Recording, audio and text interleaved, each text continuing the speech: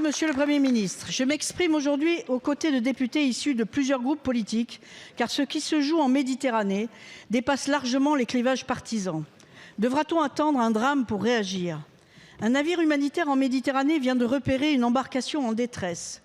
Les équipes se préparent à intervenir. Elles ont le feu vert de Tripoli. Elles ont le feu vert des autorités maritimes italiennes et le centre de coordination des sauvetages de Tripoli est informé. Soudain, un patrouilleur libyen approche. Il ne vient pas pour aider, il ouvre le feu. 20 minutes de tir d'armes automatiques en pleine mer, en eau internationale, une centaine d'impacts. On doit au sang-froid de l'équipage qu'il n'y ait eu ni mort ni blessé, alors que 87 rescapés de sauvetage précédents étaient à bord. Le navire humanitaire est contraint de changer de cap. Les naufragés seront laissés à leur sort. Ce n'est pas un scénario de guerre, c'était le navire Ocean Viking de l'ONG SOS Méditerranée et quelques jours plus tard, ce fut le même cas pour le Sea-Watch.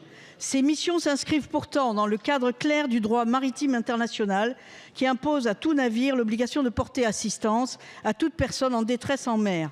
Or, ces patrouilleurs libyens qui osent tirer sur des navires humanitaires ont été fournis à la Libye par l'Italie dans le cadre d'un programme européen de coopération migratoire. Comment accepter que l'Europe finance ceux qui prennent pour cible des humanitaires alors qu'ils remplissent dans le respect du droit maritime international l'impérieux devoir de sauver des vies?